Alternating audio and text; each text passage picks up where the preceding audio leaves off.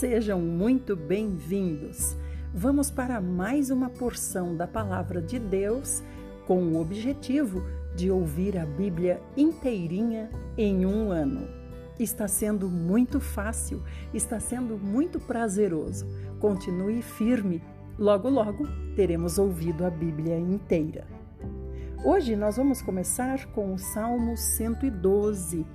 Esse salmo fala que os justos herdarão a vida eterna. Aleluia! Quão feliz é a pessoa que teme ao Senhor e tem grande prazer em seus mandamentos. Sua linhagem será poderosa no país, abençoada geração de homens íntegros. Em sua casa haverá bens e riquezas, e sua justiça permanece para sempre. Desponta nas trevas como luz para os homens retos. É benigno, piedoso e justo. Bem-aventurado quem se compadece e empresta com generosidade, e com honestidade administra todos os seus negócios. O justo jamais será grandemente abalado, para sempre suscitará boas recordações. Não viverá temeroso, esperando más notícias. Confiando plenamente no Senhor, seu coração estará sempre firme. Seu coração está seguro e nada temerá. Certamente, no final, testemunhará o fracasso dos seus inimigos. Generosamente, reparte o que possui com os pobres. Perene será sua benevolência. De cabeça erguida, será honrado e exaltado por muitos. Por isso, o ímpio o observa e fica irado, range os dentes e se consome de ódio. Louvado seja Deus, que nós sejamos esses tão honrados no final, para termos a nossa justiça permanecendo para sempre, só se a nossa justiça for a justiça realmente do Pai, se praticarmos o que os homens retos e íntegros praticam, os homens tementes a Deus. Hoje, a porção de Provérbios está em 15, 18 e 19. A pessoa que se irrita facilmente provoca dissensão, mas o paciente acalma as discussões. O preguiçoso encontra obstáculos por onde quer que passe, mas a vereda dos justos é uma estrada plana. Estamos no Velho Testamento em 1 Samuel 18 e 19. Vamos saber como começou a amizade de Jonatas, filho de Saul, com Davi. E aconteceu que, terminada a conversa entre Saul e Davi, a alma de Jonatas, filho de Saul, apegou-se à alma de Davi com profundo sentimento de respeito e fraternidade, e Jonatas amou Davi como a si mesmo. Que conversa é essa que está falando aqui, assim que terminou a conversa entre Saul e Davi? Foi a conversa que os dois tiveram depois que Davi exterminou Golias. Então, Jonatas, com certeza, estava presente nessa conversa e conheceu ali Davi. Daquele dia em diante, Saul manteve Davi consigo e não permitiu que retornasse para a casa de seu pai. Jonatas fez um juramento de amizade com Davi, porquanto tornara-se seu melhor amigo. Jonatas tirou o manto que vestia e o deu a Davi. Também lhe entregou sua túnica militar, sua espada, seu arco e seu cinturão. E Davi aceitava todas as missões que Saul lhe incumbia, e era sempre sábio e exitoso em tudo quanto realizava. Por esse motivo, Saul lhe outorgou o comando do exército, e isso agradou a todo o povo, bem como aos conselheiros de Saul. Quando os soldados retornavam para casa, depois que Davi venceu e matou o grande filisteu Golias, as mulheres saíram de todas as cidades de Israel ao encontro do rei Saul, com cânticos e danças, com tamborins, com músicas festivas e instrumentos de 3 cordas. E as mulheres dançavam e cantavam. Saul matou milhares e Davi dezenas de milhares. Então Saul se indignou e ficou muito irritado ao ouvir esse refrão e exclamou: Ora, a Davi atribuíram a morte de dezenas de milhares, mas a mim somente milhares. A continuar assim, só lhe faltará conquistar o meu reino. E desse dia em diante, um mau espírito vindo por ordem de Deus assaltou Saul e o fez delirar e profetizar no meio de sua própria casa. Davi tangia sua harpa como habitualmente fazia nestas ocasiões, e Saul segurava firmemente sua lança em uma das mãos. De repente, Saul arremessou a lança contra Davi e exclamou: Encravarei Davi na parede. Mas Davi lhe escapou dos golpes por 2 vezes. Saul alimentava também grande medo de Davi, porquanto sabia que Yahvé, o Senhor, estava com ele, mas havia abandonado a Saul. Por isso Saul afastou Davi de si e o estabeleceu na chefia de uma tropa com 1000 soldados. E Davi partia e retornava sempre à frente dos seus comandados. Em todas as missões, Davi conquistava pleno êxito, pois o Senhor estava com ele. Observando que Davi sempre alcançava grande sucesso, Saul deixava seu temor crescer.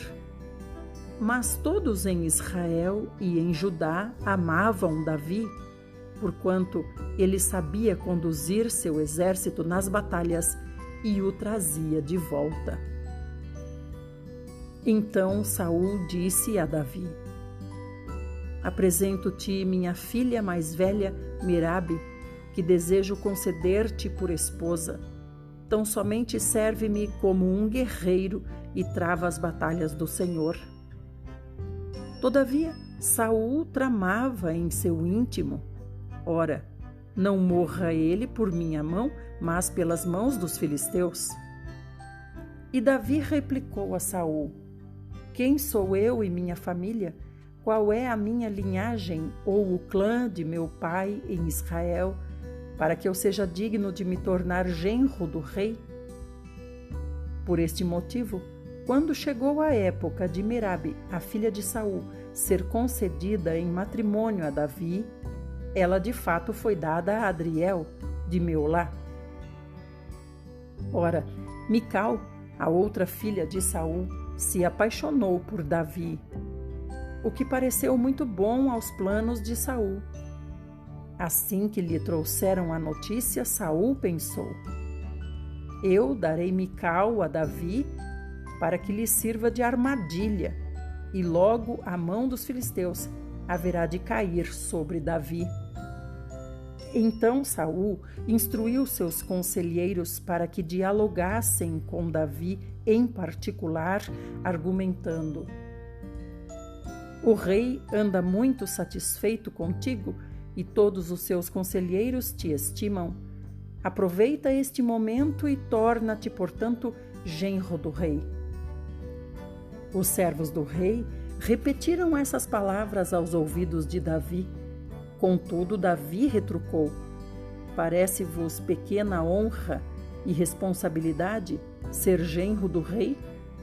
Eu não passo de um homem pobre e de procedência e condição humilde.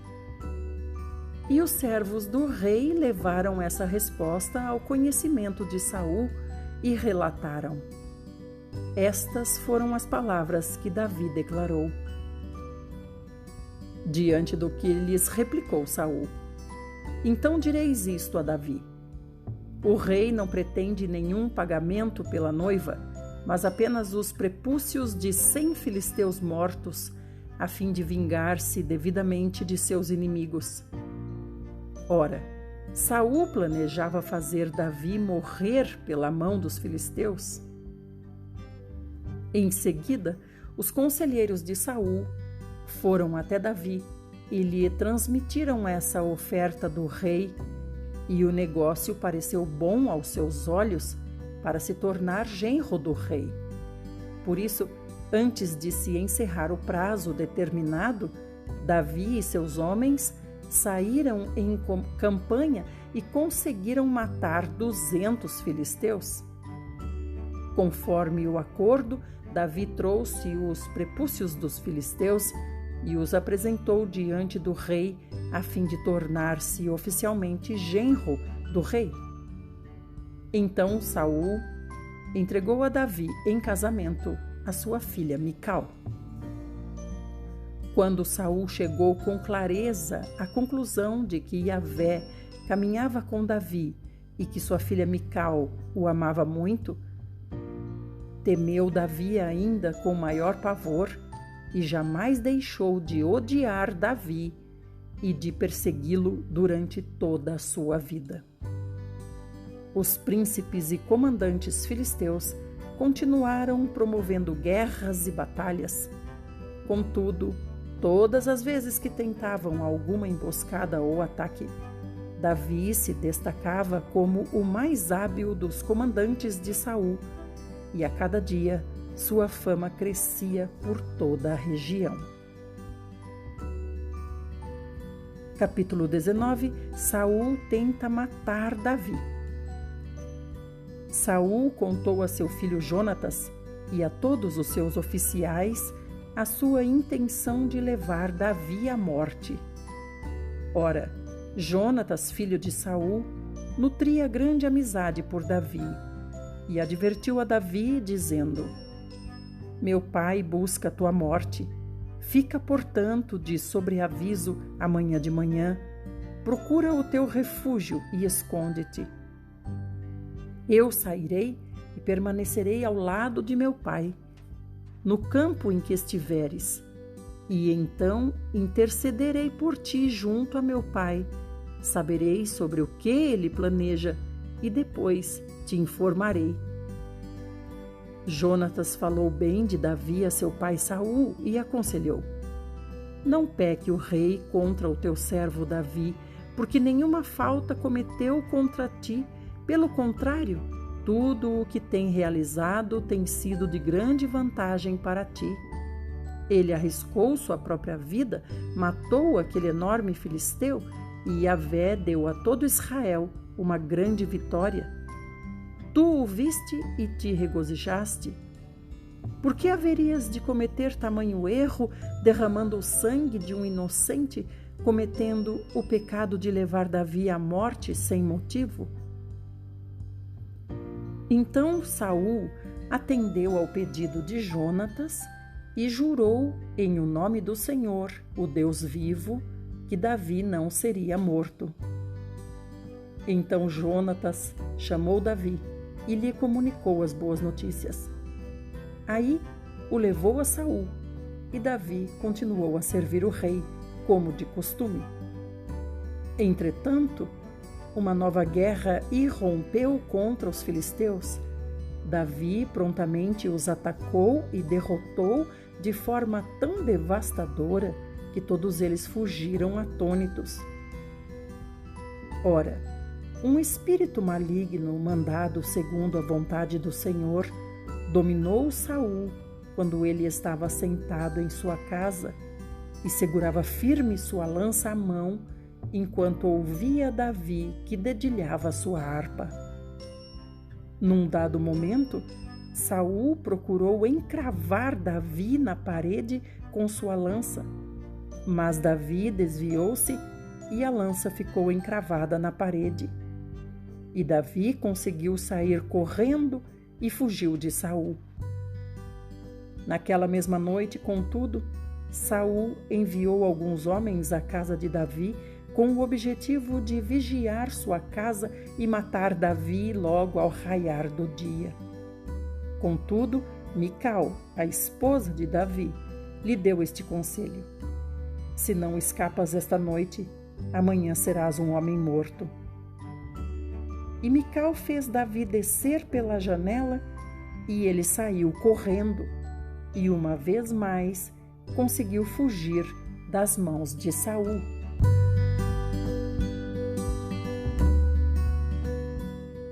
Mical apanhou o terafim, um ídolo protetor do lar, segundo cria sua família, e o deitou na cama.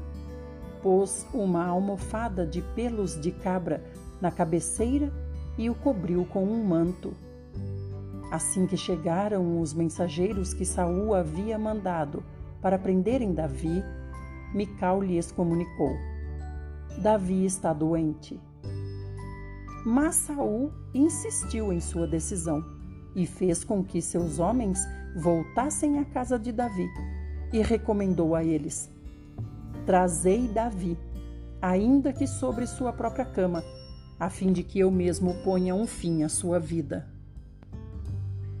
Quando, porém, os homens invadiram a casa, o ídolo do clã de Mical estava na cama, e na cabeceira encontraram a colcha de pele de cabra. Então Saul interrogou Mical: por que me traíste e deixaste fugir e escapar o meu inimigo? Mical alegou a seu pai Saul: Davi me ameaçou, dizendo que me mataria se não o deixasse fugir. Davi tinha, pois, fugido e escapou, foi ter com Samuel em Ramá e lhe contou detalhadamente tudo o que Saul lhe tinha feito e tentado fazer. Ele e Samuel refugiaram-se em Naiote, casa dos profetas, onde passaram a morar. Então foram dizer a Saul: descobrimos que Davi está vivendo na casa dos profetas em Ramá. Então, imediatamente, Saul enviou alguns homens para capturar Davi. No entanto, quando observaram o grupo de profetas profetizando, dirigidos por Samuel, o Espírito de Deus veio sobre os mensageiros de Saul e apoderou-se de cada um deles, e eles também experimentaram a mesma visão profética. Logo Saul foi informado do que ocorrera e apressou-se em mandar outros mensageiros, os quais, da mesma maneira, entraram em êxtase. Em seguida, Saul mandou um terceiro grupo, e também estes homens foram tomados por aquele transe profético. Finalmente, Saul decidiu ir pessoalmente a Ramá. Chegando ao grande poço da cidade, que se chamava Seco, indagou onde poderia encontrar Samuel e Davi. E lhe informaram que eles estavam nas celas na casa dos profetas em Ramá. E aconteceu que, enquanto se dirigia para lá, o Espírito de Deus também dominou Saul, e ele foi profetizando por todo o caminho até chegar a Naiote, a casa dos profetas, em Ramá. Ao chegar, despojou-se de suas vestes, profetizou sob o mesmo arrebatamento dos profetas, na presença de Samuel, e caído, ficou nu durante todo aquele dia e toda aquela noite. Por esse motivo se costuma dizer: Saul está também contado entre os profetas. Até aqui. Essa é a nossa porção do Velho Testamento. Amanhã vamos ver Jonatas ajudando Davi, que é seu amigo. No Novo Testamento, nós vamos ver hoje João, capítulo 9. Jesus cura um homem cego. Ao caminhar, Jesus viu um cego de nascença e seus discípulos lhe perguntaram: Rabi, quem pecou, este homem ou seus pais, para que nascesse cego? Jesus lhes respondeu: Nem ele pecou, nem seus pais, mas foi para que as obras de Deus fossem reveladas na vida dele. Eu devo fazer as obras daquele que me enviou enquanto é dia. A noite vem, quando ninguém pode trabalhar. Durante o tempo em que estiver no mundo, sou a luz do mundo. Então, tendo dito essas palavras, cuspiu no chão e fez barro com sua saliva. Em seguida, ungiu os olhos do cego com aquela mistura e ordenou ao homem cego: Vai, lava-te no tanque de Siloé, que significa enviado. O cego foi, lavou-se e voltou vendo. Portanto, os vizinhos e aqueles que conheciam o homem cego diziam: Não é este o mesmo homem que costuma ficar sentado mendigando? Alguns afirmavam: É ele mesmo. Outros comentavam: Apenas se parece com aquele homem. Ele mesmo, entretanto, assegurava-lhes: Sou eu o homem. Por esse motivo, indagaram a ele: Como te foram abertos os olhos? E ele respondeu: Um homem chamado Jesus misturou terra com saliva, ungiu meus olhos e me disse: Vai, lava-te no tanque de Siloé. Então eu fui, me lavei e recebi a visão. Em seguida, perguntaram para ele: Onde está Jesus? Ao que respondeu: Não sei. Então levaram o homem que fora cego à presença dos fariseus. E era sábado, quando Jesus fez aquela mistura de barro e abriu os olhos do homem cego. Então os fariseus também perguntaram a ele como recebera a visão, e o homem tornou a explicar: Ele aplicou barro aos meus olhos, lavei-me e vejo. Por esse motivo, alguns dos fariseus alegavam: Esse homem não é de Deus, porque não guarda o sábado. Outros murmuravam: Como pode um homem, sendo pecador, realizar milagres como esses? E novamente houve divisão entre eles. Uma vez mais, perguntaram ao homem que fora cego: Que dizes tu a respeito dele, pelo fato de que abriu os teus olhos? O homem asseverou-lhes: Ele é um profeta. Contudo, os judeus não acreditaram que ele fosse cego e havia recebido a visão, até que fossem chamados os pais daquele que recebera a visão. Então interrogaram os pais: É este o vosso filho, o qual vós dizeis que nasceu cego? Como então ele pode ver agora? Os pais responderam: Sabemos que ele é nosso filho e que nasceu cego, mas não sabemos o significado de ele estar vendo agora, e também não sabemos quem lhe abriu os olhos. Perguntai a ele, já tem idade, ele falará de si mesmo. Seus pais responderam dessa maneira porque estavam com medo dos judeus, pois estes já haviam acordado que se alguém confessasse que Jesus era o Cristo, seria expulso da sinagoga. Foi por isso que seus pais disseram: Perguntai a ele, já tem idade. Então eles chamaram de novo o homem que fora cego e lhe ordenaram: Dá glória a Deus, pois nós sabemos que esse homem é pecador. Ao que ele retorquiu: Se ele é um pecador ou não, eu não sei. Todavia, uma verdade eu sei: Eu era cego e agora eu vejo. E novamente indagaram a ele: O que ele te fez? Como abriu os teus olhos? O homem respondeu: Eu já o disse, mas vós não credes. Porque desejais ouvir tudo uma vez mais? Acaso também quereis tornar-se discípulo dele? Por isso o insultaram e disseram: Tu sim és um discípulo dele, mas nós somos discípulos de Moisés.